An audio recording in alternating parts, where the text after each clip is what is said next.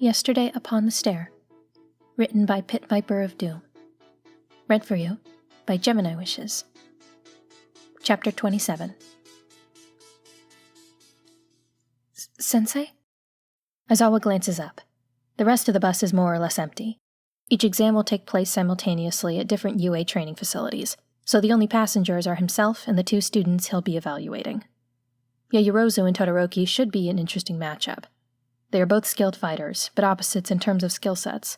Todoroki is powerful, but relies a little too much on brute force, while Yaoyorozu is clever and analytical to the point of overthinking things and losing precious time.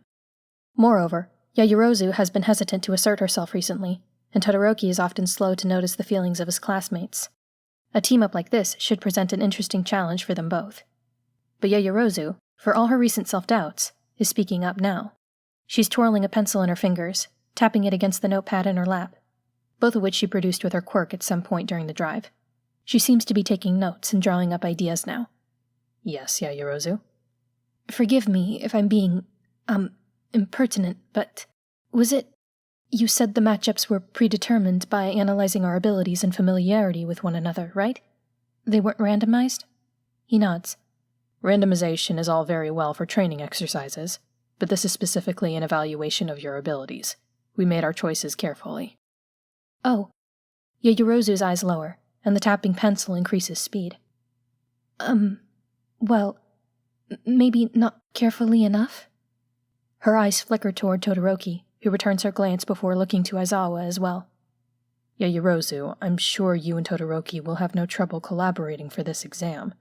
Oh, no, I mean yes, of course, she says quickly. We will, there's no trouble there, but with, some of the other matchups, well, one of the other matchups, your analysis may have been...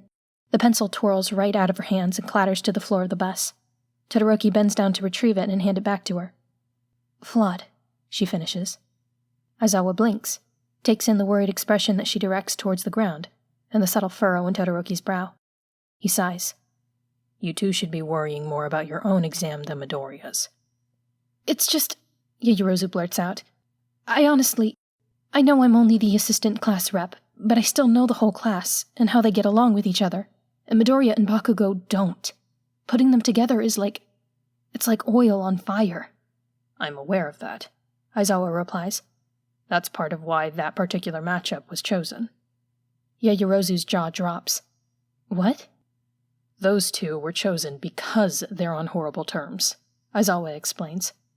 Hopefully, they'll be able to use this chance to grow in more than simply strength. He takes a deep breath. He has no obligation to explain his decisions this early, especially since Bakugo and Midoriya's exam has little to do with them. But it would be better to put them at ease before their own test begins. Be that as it may, they'll be guided personally by All Might, whom they both hold in high regard, and both of them have the ability to work as a team. Whether or not they can use that ability in conjunction is up to them, and the entire purpose of testing them in this way. When he finishes his explanation, Yaoyorozu's shoulders slump, but it looks less like relief and more like resignation. I understand your reasoning, she says quietly, and he can't place her tone. He doesn't like that he can't place her tone. It gives the impression that he's missing something. But still... But it doesn't make it any less of a terrible idea, Todoroki finishes for her. She winces at his bluntness. Aizawa heaves a sigh. If they're unable to put aside personal feelings to get the job done, then clearly they need more guidance. Determining that is the point of an evaluation like this. He'll get the job done, Todoroki says. He doesn't look as tense as Yaoyorozu does, slouching a little against the back of his seat. But it's going to end badly. You should probably know that. Whatever you're trying to accomplish with this, whatever you want out of it, it's not going to happen. He says no more after that, and Yaoyorozu returns to her notepad. Eventually, hesitantly, she scoots over to sit next to Todoroki and show him what she has written. She makes another pencil for him, and they communicate through writing, eliminating any risk of Aizawa eavesdropping on their planning. Not that he would have, if he had the chance. Now he's preoccupied. Now he's worried. You two want to play last letter? All Might doesn't get a response. If he expects a response, then he's giving them far more credit than Izuku thinks they probably deserve. He and Bakugo are sitting as far away from one another as possible. Bakugo's sitting in a seat facing the back of the bus, just so he doesn't have to look at them. Izuku does look at All Might, and hopes he conveys enough of what he feels through his face alone. It's not a sure thing. Sometimes he feels so much that none of it really comes out, and his face goes blank instead. This might be one of those times. Of course, nothing coming out of him is far preferable to, say, the contents of his stomach coming out of him. Jury's still out on whether or not he can keep that in. It doesn't feel right that he's scared of a school test in the worst-case scenario and his mind goes so much farther than simply not passing. I'm sorry. Mishimura is a cool, comforting presence as she sits down by him. Wish there was something I could do to change it. If it makes you feel any better, Toshi's not the one who threw you under the bus. Aizawa was the one who figured out the matchups. Izuku tucks his head in, using the mouthguard of his suit to hide the movement of his lips. Will you help me? He whispers. With this test? You asking me to help you cheat, kiddo? He shrugs. Heroes should use everything they have available. Seeing you is an aspect of my quirk. That makes you, He can't think of a way to phrase this. Luckily, Mishimura seems to understand. Makes me an asset, huh? He gives a tiny nod. Tell you what, she says, with a friendly squeeze of his shoulder. If Toshi tries to ambush you, I'll give you a yell, and we can laugh at all the funny faces he makes while he tries to figure out why he can't sneak up on you. How's that? In spite of the fear that churns beneath the surface, Izuku has to fight the smile off of his face. He angles his face away from All Might before murmuring, Thanks, Mishimura. She blinks at him, smiles fondly, and tugs gently on one of his curls. That's Nana to you, Munchkin. After everything I've told you, there's no need to be all formal with me. Okay, Miss Nana. Fair enough. Thanks, he says. If you're there, maybe it won't be so. A small explosion from the back of the bus cuts him off. Deku, I swear to fuck if you don't shut up. I don't want to be here either, he says, and gets a stream of curses in return. That's hardly the best mindset to start with, if you two have any hope of passing, All Might admonishes them both. I'll explain the test once we arrive, but it would behoove you both to swallow your pride and try to get used to the idea of working together. Swallow his pride. Izuku's not sure he has enough pride to scrape together into a decent mouthful where Bakugo is concerned. He's not fast enough to smooth out his expression because All Might catches it. Less of that, young Midoriya, he says, gently chiding. It may be unpleasant, but remember that this is a test. Know what this is? Izuku blurts out, then stops himself. He forces his face to smooth emptiness again, though it's more and more of a struggle with each passing minute. This is exactly what I was afraid of. This is... All Might, this is the nightmare scenario. Dramatic, maybe, but it's true. This is the worst nightmare he could possibly have that doesn't involve someone dying. All Might doesn't get the chance to reply, because that's when the bus arrives. Izuku drags his feet on the way out of the bus, and quickly regrets it. With All Might leading the way and Izuku dawdling, Bakugo has plenty of time to grab him and drag him close, heedless of the shallow breaths that hiss in and out of Izuku's throat. Fumbling, Izuku tries to claw Bakugo's hand off his arm, but his former friend's grip doesn't loosen until both Rei and Miss Nana join in his efforts. They can't quite touch him, but he lets go all the same. Let's get one thing straight, Bakugo hisses, far too close to his face for Izuku to feel anything but sick with old fear. He forces himself blank, keeps his limbs loose and his hands at his sides. I don't want a fucking repeat of day 2, or the fucking sports festival, got it? None of your shitty tricks, and no fucking games, unless you want me to blast your slack-jawed fucking face off. I'm gonna win, and it's gonna be a total victory. They're not quite off the bus, and Bakugo blocks his escape with one gauntleted arm. No more pointless fucking victories. Is this getting through your head, Deku? Don't fuck this up for me. His voice is too low for All Might to hear, but it drips with menace. Hurry it along now, All Might calls. We're starting soon. Bakugo shoulders past him, heedless, probably, of the claw-fingered swipe that Rei aims at his back, and Izuku shakes his mind free of the tangled dark thorns before he follows. It's yet another one of UA's city replica training facilities. But while the obstacle course where they held the rescue race exercise was more industrial-based, this place closely resembles a residential district. A twisting, maze-like residential district, the center of which was their starting line. The test is simple enough. 30 minutes on the clock, armed with nothing but their costumes and a pair of handcuffs. All they have to do to pass is either get the handcuffs on All Might, or get one of them out one of the exit gates. Best of all Might is already outfitted with suppressor cuffs to limit his quirk. Simple enough. If it's so simple, then why can't Izuku stop shaking? The test begins far too quickly. and All Might all but vanishes into the false city. Miss Nana goes with him, and Izuku can only hope she keeps her word from before. Don't follow me. Bakugo snaps at him and sets off in a direction. It's a piece of advice that Izuku ignores, in spite of his own better judgment. The only thing worse than having to work with Bakugo would be getting caught alone. It's bad enough in the eerie quiet, with Izuku jumping and fidgeting and eyeing every corner as if All Might hides behind each one. Rei makes herself useful, flitting in and out of view to check their surroundings. So far, nothing. We should find out how to get to the exits quickly, he says, and mentally pats himself on the back when his voice barely shakes. All Might probably knows this place better than we do. Fat fucking chance, Bakugo growls.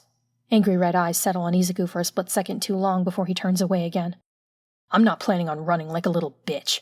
Didn't you hear me, Deku? I'm finishing this the right way. Behind Bakugo's back, Izuku signals Rei. Find the nearest exit, he tells her. See if All Might is blocking the way. She hisses at him and shakes her head, pointing to Bakugo. Go, he mouths. She bares her teeth, and they bristle like anglerfish fangs. After nearly a full minute of silent argument, Rei finally relents and vanishes in a huff. Izuku is left alone with Bakugo, still with no idea where All Might is. He keeps an eye out for Miss Nana. So, what is the plan? Izuku forces the words out past the fear gathering thick and heavy in the back of his throat. They don't have much time. At this point, they have less than 30 minutes to do this. Less than half an hour to get past All Might. Gran Torino once told him that his reverence of All Might was only holding him back, shackling him from reaching his potential. That may very well be true, but it doesn't budge the fact that they haven't a chance in hell of beating the symbol of peace in a straight fight. His weakness doesn't matter because 30 minutes is well within his time limit, and Izuku can only manage a fraction of one for all without basically self-destructing. My plan, Bakugo snaps, is for you to stop fucking following me so you're not in the way when I knock him out. Knock out All Might. Izuku has to jog to keep up with him as they make their way through the city replica. Where is All Might? Miss Nana said she'd warn him, but it'd be nice to know where he is right now. I'll lead him around by the nose till the 30 minutes are almost up, Bakugo snarls. Catch him off guard when he's tired. Okay. Disbelief momentarily muffles his nervousness around Bakugo. Cool, good start. Can we at least, workshop it until it's a little less terrible? Get lost already, shithead! Bakugo bridles at him, and Izuku recoils on instinct. If you're gonna make shitty comments while I do the real fighting, then fucking do it somewhere else. You're smarter than this, Izuku shoots back. You know how strong he is. What makes you think less than 30 minutes of chasing you around is going to make him tired? There was a small chance that it might, but Bakugo didn't know about the time limit, or All Might's weakened state. Deku, I swear to fuck, if you don't stop fucking following me... Desperation overcomes him. You said so yourself, remember? When we were kids, you said All Might never... Bakugo whips around, and his sudden grip on Izuku's shoulder is hot and sparking with tiny explosions, too small to do more than scorch Izuku's costume. With no warning, and no time to mentally prepare himself, he blanks out immediately, and his tongue goes limp and mute in his mouth. Don't fucking whine at me about when we were kids, you worthless, mealy-mouthed piece of shit! Bakugo grits out through clenched teeth. Izuku opens his mouth to reply, but words refuse to string themselves together in his head. His mind fills with fog and cotton, protecting itself from the sharp edges of terror. Let go, please let go, please, don't. Bakugo releases him and turns away, eyes burning with contempt. Yeah, that's what I thought. You act like you're better than me, but all you are is a little rat afraid of his own goddamn shadow. It's equal parts anger, frustration, and years-old resentment, thrown together and shaken into something every bit as caustic and volatile as Bakugo's quirk. Something dark and ugly wells up inside of him, choking off fear and shame. Well, whose fault is that? He spits back. You saying it's my fault you're pathetic? Bakugo doesn't even turn his head. Get the fuck off my case and stay out of the way, Deku. Maybe then you can be useful for once. The last fiber of his fraying temper snaps, and he skims off the very top of a deep, deep well of long-repressed feelings. You think I like being here? Izuku bursts out, equally angry as he is desperate because time is running out and All Might will make himself known soon, and they are running out of time to come up with a plan that actually has a chance of working. You think I wanted to work with you? I don't. I didn't. I don't trust you, I don't like you, and I don't have any reason to because I know you hate me, and I don't even know why. His fists are so tight that his knuckles creak, and the crooked ones on his right hand ache. But right now, we're up against All Might, and if you stopped and thought for 1 second, you'd know we can't just go after him head on. There's no answer, but he can see the hard line of tension in Bakugo's shoulders, the way his fists clench at his sides as he trembles. It should have been a warning, but there's Miss Nana in the distance, waving at him. Time's up. He wants to cry, but he also really doesn't want to cry, so he yells instead. For once in your life, would you please just listen to me, Kachan? He's half blind with fear and frustration. His eyes sting with tears that want to be shed, and because of that, he doesn't see Bakugo move until it's already too late to get out of the way. Weighted by one of the gauntlets on his costume, Bakugo's arm swings around like the head of a flail. The ground is flat asphalt. That's all Izuku knows for a moment because that's all he can feel. He can't see because of the bright starbursts of color bursting in his vision.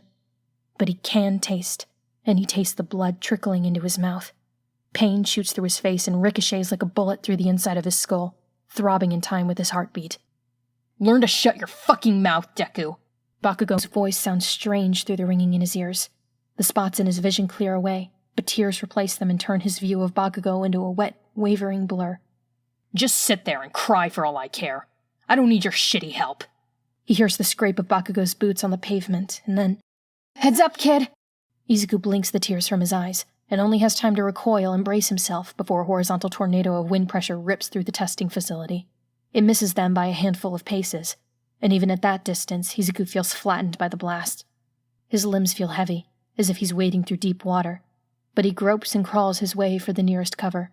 Without a backward glance, Bakugo swears fluently and charges straight in the direction of the source, leaving Izuku still crouching on the cracked pavement, half hidden by a damaged building. The previous stillness is now fragmented, first shattered by All Might's opening attack, and now split further by the roar of Bakugo's explosions. "Hey, kiddo? Come on, little bean, you gotta get up. Holy hell, did you get caught up in that? Toshi wasn't even aiming for you kids, he just wanted to spook you." Miss Nana's voice trails off, and a cool hand closes on his shoulder. He flinches. "Let go." "Midoriya, you okay, Sprout? You're looking a little lost there. You're not concussed, are you? Oh, hey, Ray, give me a hand here."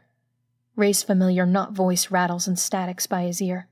He gets to his feet, stumbling a little, and the ringing in his ears finally subsides.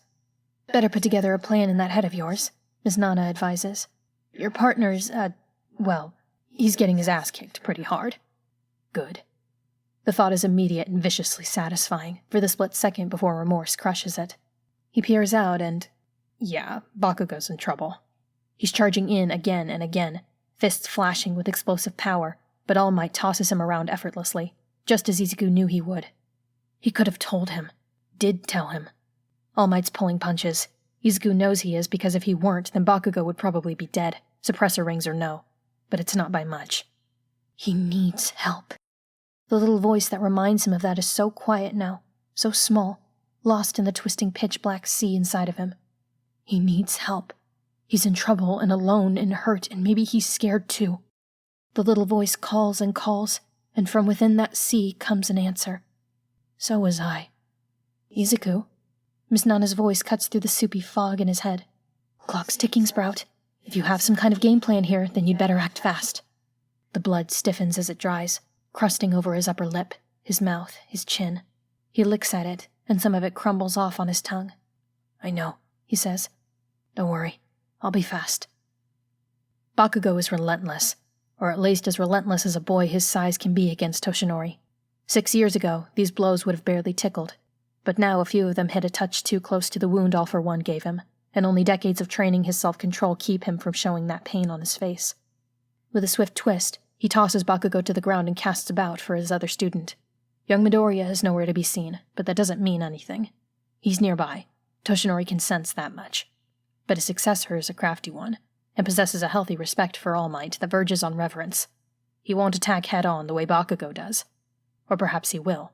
After all, that's what Toshinori least expects. He'd be lying if he said he wasn't almost eager to see what the boy comes up with. He likes the way Midoriya surprises him. "What will you do, my boy?" he thinks. "How will you think your way through this one?" Bakugo mistakes his pensiveness for distraction and propels himself into another nitro-filled charge that carries him straight into Toshinori's waiting fist. When Toshinori hits him, Bakugo vomits. It certainly brings back memories, seeing that. Once upon a time, he'd lost count of how many times Gran Torino made him spew. As a boy, he'd made a vow that if he ever took on a student, he'd never work them hard enough to make them puke. How times have changed. He doesn't want to, and he immediately wishes he hadn't, but Bakugo doesn't seem to respond to anything but loud and violent wake-up calls. "You're frustrated," he says, standing back to let Bakugo finish retching. There's some distance between them. That punch drove Bakugo back by several meters. "And I understand why. You've noticed young Midoriya's growth, haven't you?" Aizawa told him about the revelation that Midoriya has been training in private with Todoroki, and happened to mention Bakugo's furious reaction to it. The boy's newfound control of his quirk probably hasn't helped. "You must know he started from a much lower level than you. You can't compare your pace that way, and it's pointless to be frustrated by someone else's efforts."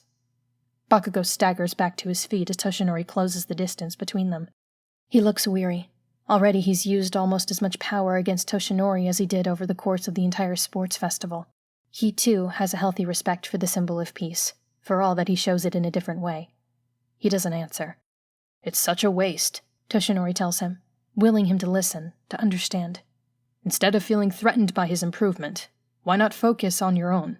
You have so much growing to do, boy, and not just with strength." He's tempted to nudge him towards teamwork. This may be an exam, but if that's what it takes for a breakthrough, then Toshinori can't regret telling him the answer. This time, instead of replying, Bakugo attacks him again. As he fends off the furious boy, Toshinori casts about once more, searching for his missing student. For all his brashness, young Midoriya has shown a hint or two of promise in the area of stealth. He'll exercise more caution than young Bakugo, but they only have so much time to regroup and retaliate with a proper plan, if they manage it. The boy will make his move soon, or risk having his only ally be out of commission and face the strongest hero alone. "Where is your partner, young Bakugo?" he asks, as he swats aside an explosive punch. "Do you even know? Did you pause, even for a moment, to consider what he can offer you?" "Fuck that!" Bakugo chokes out. "Like I told that lying little shitheel, I don't want another worthless victory." He spits bile and brings his hand around for another blast, but Toshinori turns it aside with ease. "If it means having to borrow his shitty power, then I'd rather lose." As if in answer, the ringing of a distant bell echoes across the facility. Toshinori's head comes up, startled. Was that the signal for the end of the exams? Surely the half hour isn't over already. The boy should have had more time than that to overcome him. Beside him, Bakugo lets out an unearthly shriek. Toshinori blocks another blast, and another, until Bakugo's furious barrage drives him back a step. Red eyes wild with rage, the boy throws himself at Toshinori in a reckless, desperate series of attacks. "No!" he roars. "Young Bakugo. God damn it, no! My boy. I told him!" Bakugo screams, as tears of rage gather in his eyes and his attacks slow, not from giving up, but from pure exhaustion. "I fucking told that slimy little shit! I'll kill him!" It's for his own good. Toshinori suspects he might have cracked a few ribs with that punch, and if the boy keeps carrying on like this, then he'll only do himself serious injury. And so, as gently as he can manage, Toshinori seizes him in a sleeper hold. He's out in a matter of seconds, and Toshinori maneuvers him gently under one arm and checks the time. There are almost 20 minutes left on the clock. Toshinori gapes at the frozen timer, speechless. He's not sure if he would have been more or less dismayed if the timer really had run out, because the fact that it hasn't can only mean one thing. When he reaches the exit, the boy is waiting for him, leaning with his back against the side of the gate. He straightens when Toshinori reaches him, still with Bakugo's unconscious form cradled in one arm. "Midoriya," he says sternly, but gets no further. It's not that the boy interrupts him. He doesn't need to. The first thing Toshinori sees is his student's face, and his nose must be broken for it to look like that. Dried blood covers most of it, smeared and dripping from his nose and mouth down to his chin and throat. What little skin is still visible in those areas is red with fresh bruising, and above it all, sunken green eyes stare up at him, sharp with mingled pain, fear, and defiance.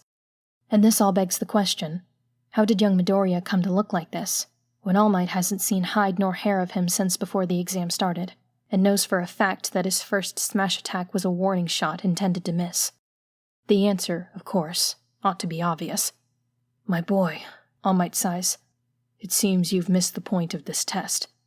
You're disappointed in me." The boy's voice is cold, flat, far too calm for the look in his eyes.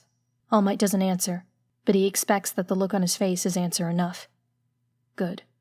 He blinks at his student, shocked. "Good? Means it worked, didn't it?" The boy replies, and beneath a smokescreen of nonchalance, his voice very nearly shakes. "I can't beat you. Not without help, and Bakugo won't help. So I knew I'd have to trick you instead." His throat bobs as he swallows. "Or at least I'd have to surprise you. I'd have to do something you wouldn't expect." He's shaking now, staring into Toshinori's eyes like he's afraid of what will happen if he looks away. "And you'd never expect me to do anything to disappoint you, right?" Something is terribly wrong. The realization hits him abruptly, but not out of nowhere. It's unexpected, but to Toshinori's mind it eerily makes sense, as if it's simply the culmination of something that's been building just outside of his line of vision, something he's only half noticed before being forced to face it head-on. He doesn't know exactly what it is, and he wonders if he might have if he'd paid better attention. The only thing he does know for sure is that a visit to Recovery Girl is in order.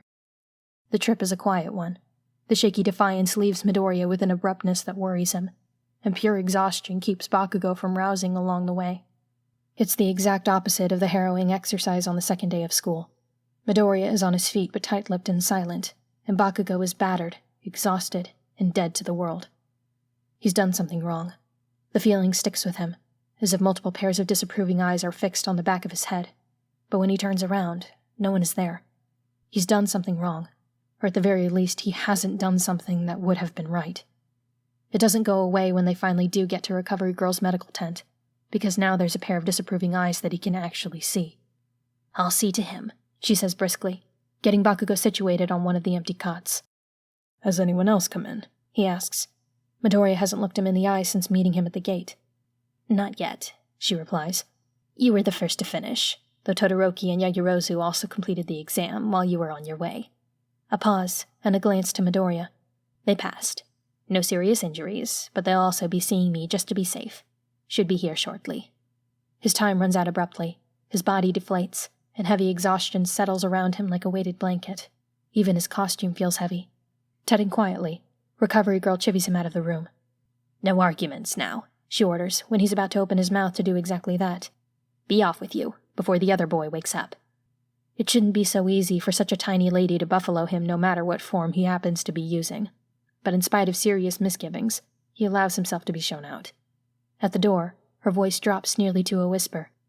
"It was a bad judgment," she says. "What?" "Forcing those two together for something so important." The old woman scowls. "It'll all come out once you review the footage, but if you happen to run into Aizawa, tell him I said that, would you?" She's gone before he can form a reply. "Well, now that he's squared away, let's have a look at you." Recovery Girl's voice is brusquely kind as usual when she comes back from tending to Bakugo, and Izuku is impossibly grateful for it. She sits him down on a cot, all brisk business, and shines a light in his eyes. Her mouth is pinched with displeasure, but for once, Izuku knows that it isn't directed at him. Of course, knowing is different from internalizing, and therefore it doesn't stop his gut from twisting and shriveling up inside him. Rei isn't around to reassure him. She's standing guard over Bakugo, like she doesn't trust him to stay where he is, despite being unconscious. "Well, you aren't concussed." The flashlight clicks off, and she puts it away and fetches a clean towel. She wets it with warm water and carefully cleans away the dried blood on his face. "Sorry for making you wait," she continues. "I had to see to his injuries first, because they were a bit more serious. And for no other reason than that, understand?" She frowns at him, and he reminds himself that that's not a disapproving frown. It's a "you had better believe me" frown. He nods. "Any dizziness?" she asks. He shakes his head. "Nausea? Problems with vision?" More head shaking. "How about breathing? Can you breathe all right?" He pauses, then reluctantly shakes his head. He's been breathing through his mouth since Bakugo punched him. I was afraid of that. Just a moment." She stretches up and presses a quick kiss to his temple. Almost immediately the pain in his face eases, though it doesn't vanish entirely, and she gives him a box of tissues and instructs him to blow. It's painful and absolutely disgusting, seeing snot and congealed blood come out, but the results are swift. His face still aches, but he can breathe again. "Better?" He nods. "Good. I fixed the bones and cartilage in your nose and sped up the healing process a few days on that bruising. It'll still ache a bit, and it shan't be pretty, but it'll clear up before the week is out. And you'll get out of it without a nose like Todoroki's. Something pings, and she takes out a phone and checks it. Ah, speaking of whom, just a moment. She walks back to the entrance to the medical tent, and returns with Yaoyorozu and Todoroki in tow, both of whom stare a little wide-eyed upon seeing him. They both look battered and worn out, though not as bad as Izuku, or Bakugo for that matter. We're all right, for the most part, Yaoyorozu tells her. Aizawa sent us straight to you anyway, because he didn't want to give you a reason to yell at him. Oh, he already has, Recovery Girl says darkly, and Izuku twitches at the steel in her tone. Oh, Yaoyorozu says, a little awkwardly. Well then. Hello, Midoriya. Congratulations on being the first to complete the exam. Izuku can only nod, and try not to flinch. That was fast, Todoroki remarks. How'd it go? Izuku opens his mouth to reply, and after a moment he closes it. The words won't come, and he knows better than to try and force them. At best, he'll only look foolish. At worst, he might alarm them enough to raise questions. He would rather avoid both, so he shuts his mouth and shrugs instead. His hands fidget in his lap, itching to sign a reply, but no one in this room knows sign, so he sits on his hands to still them. Hopefully the muteness will go away before anyone gets worried. It doesn't take Recovery Girl long to look them over and see to their injuries, which only leaves them both even more exhausted than before. It's going to be bed rest on school grounds for the lot of them once she's done her work. What's wrong with Bakugo? It's Todoroki who asks that question, and if Izuku weren't struck mute before, then he definitely is now. Luckily, Recovery Girl answers. All Might brought him in unconscious, and the healing I did took a lot out of him. He won't wake up for quite a while, I expect. Wow. Yaoyorozu looks to Izuku through drooping eyelids. You'll have to tell us how yours went later, Midoriya. I mean, Aizawa-sensei was tricky enough, but fighting All Might... Her voice trails off a little before she continues. That bruise looks pretty bad, she says gently. And if Bakugo's out of commission, it must have gotten pretty intense. Izuku's fingers curl into the edge of the cot, and the thickness in his throat turns painful. Would have thought it'd be the other way around, Todoroki remarks, and his words are light and casual, but they land like a gut punch. Usually it's you who comes out with the worst... Midoriya? Wait, no, I didn't... Izuku doesn't have the energy to try to stop it, or even want to stop it. Hot tears spill unchecked down his blank, empty face, and Izuku wants to die. Being a ghost can't possibly be as bad as this, as sitting like a waste of space while all his shame and frustration boils over. It's not the first time he's cried in front of Todoroki, but it's the first time he's ever seen his friend look at him with this much alarm and confusion and instant regret. Like it's his fault Izuku is crying when it isn't. It really isn't. It's no one's fault but his, that he's a coward and a cheat and really the furthest thing from a hero.